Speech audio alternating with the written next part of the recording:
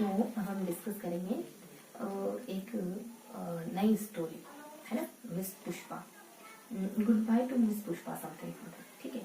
तो इसमें है ना एक फेयरवेल स्पीच है, पोइट मिस पुष्पा को गुड बाय कहता है स्पीच के थ्रू। और ये जो स्पीच है ना बहुत बहुत जनरल से इंग्लिश है, जैसा और आप बोलते हैं ना, बहुत ज़्यादा परफेक्ट है नहीं, तो और आप टूटी फूटी बोलने की कोशिश करते हैं जब भी कभी बात करने का मौका आता है। तो ऐसी कहानी है ना। इसमें पोइट मिस पुष्पा को बाय बाय कहता है। वो फॉरेन जा रही है, विदेश जा रही है, कहता है कि मिस पुष्पा न सिर्फ बाहरी तौर पर सुंदर है बल्कि उसका मन भी बहुत साफ है, बहुत साफ सुथरी दिल की महिला है, बहुत बहुत बहुत दयालु किस्म की महिला है, बहुत अच्छी महिला है। बाय बाय कहने के लिए स्पीच देता है और कहता है कि मैं जब भी मिस पुष्पा को कुछ काम के लिए कहता हूँ तो कभी कभी मतलब ऐसा नहीं कहती कि बाद में कर दूंगी, हमेशा रेडी रहती है, कहती कि तुम बताओ बस क्या करना है। ऐसी महिला है ऐसी महिला है मिस पुष्पा। मतलब बहुत बहुत प्यारा व्यक्तित्व है मिस पुष्पा का, हमेशा मदद करती है दूसरों की। और वो कहता है कि शायद इनके पति जो इनके जो हस्बैंड है ना वो लोग है, और वो या तो मुझे सही से ध्यान नहीं, लेकिन या तो बनारस या फिर सूरत या फिर बल्कि समथिंग कुछ भी से यहाँ काम करते हैं। पोइट कह रहा है, मैं नहीं कह रही हूँ मुझे याद नहीं, ये पोइट कहता है कि मुझे क्लियर कट याद नहीं, लेकिन इन दोनों में से किसी एक स्थान पर मतलब एक जगह लोअर ग्रुप में काम करते हैं इनके हस्बैंड।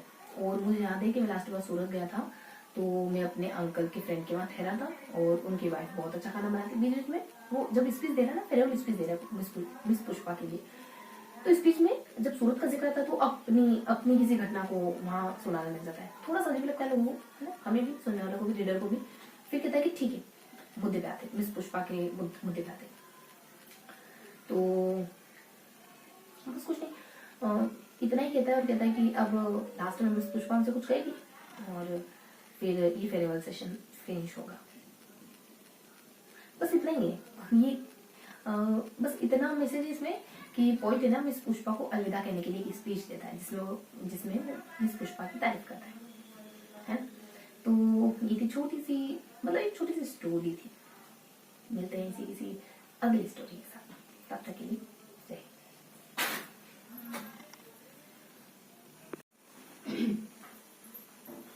जय हम फ्रेंड्स, अब हम डिस्कस करेंगे डांस ऑफ इनन्स।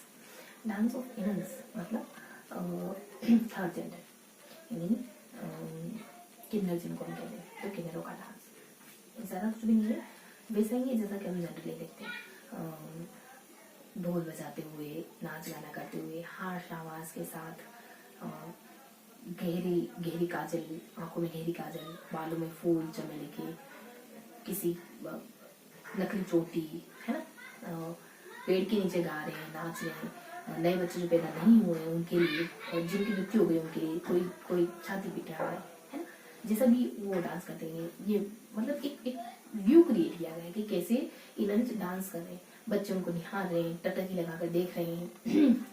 बारिश हो जाती इतने में, और पोइट कहता है कि कमला दास, इंडियन पोइट कहता है कि शायद पोइटिस है कि छिपकली और चूहों की जो पोटी है वो जब बारिश की बूंदों के साथ मिलती है तो एक स्मेल से फैल जाती है ना, बदबू जिसे कह सकते हैं, एक स्मेल फैल जाती है माहौल में।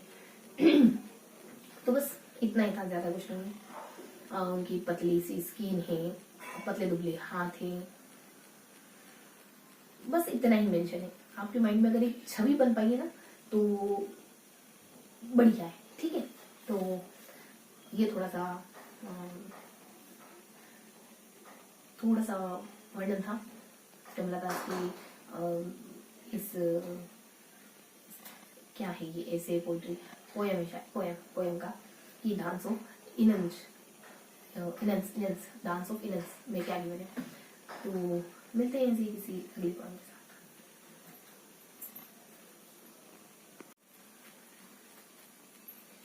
जय हिंद फ्रेंड्स। तो हम फिर किसी नई स्टोरी के साथ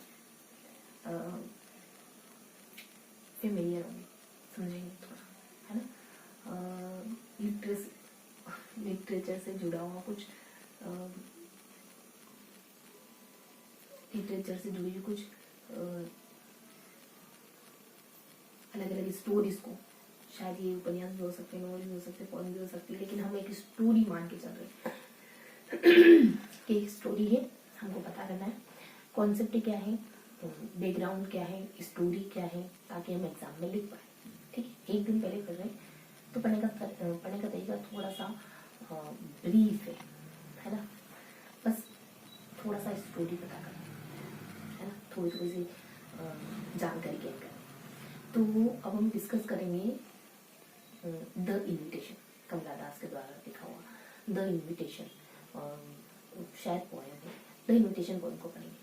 तो इसमें ना बहुत ज़्यादा क्लियर तो नहीं हो पाया, लेकिन इसमें रिलेशनशिप पे बात की गई कि कैसे एक आदमी के लिए सिर्फ फिजिकल रिलेशन ज़्यादा मायने रखता है, और कैसे कैसे कमला दास खुश नहीं है, शायद परेशान है, बहुत ज़्यादा मतलब अच्छा फील नहीं कर रही है अपने रिलेशनशिप में, रिलेशन में रहना भी चाहती है, शायद छोड़ना भी चाहती है, और वो सी को इंडिकेट करते हुए बातें करती है अपने रिलेशनशिप पर, और शायद वो अपनी लाइफ को एंड करना चाहती है ना। बहुत ज़्यादा क्लियर तो नहीं हो पाया, लेकिन ये थीम है। इस थीम को लेकर इससे जुड़ा हुआ कोई भी क्वेश्चन आया ना तो इस थीम को लेकर आप लिख सकते हैं। ठीक, तो बस एक हिंट है, एक हिंट दिया है कि इसमें क्या क्या लिखेंगे। अगर बड़ा सा क्वेश्चन आ जाए तो क्या लिखेंगे, इस स्टोरी को ध्यान में रखते हुए कुछ अपनी तरफ से ऐड कर सकते हैं। अपनी कल्पना से, कभी भी तो कल्पना ही करता है ना, तो कुछ समय के लिए कभी बन जाइएगा एग्जाम में। मिलते हैं इसी किसी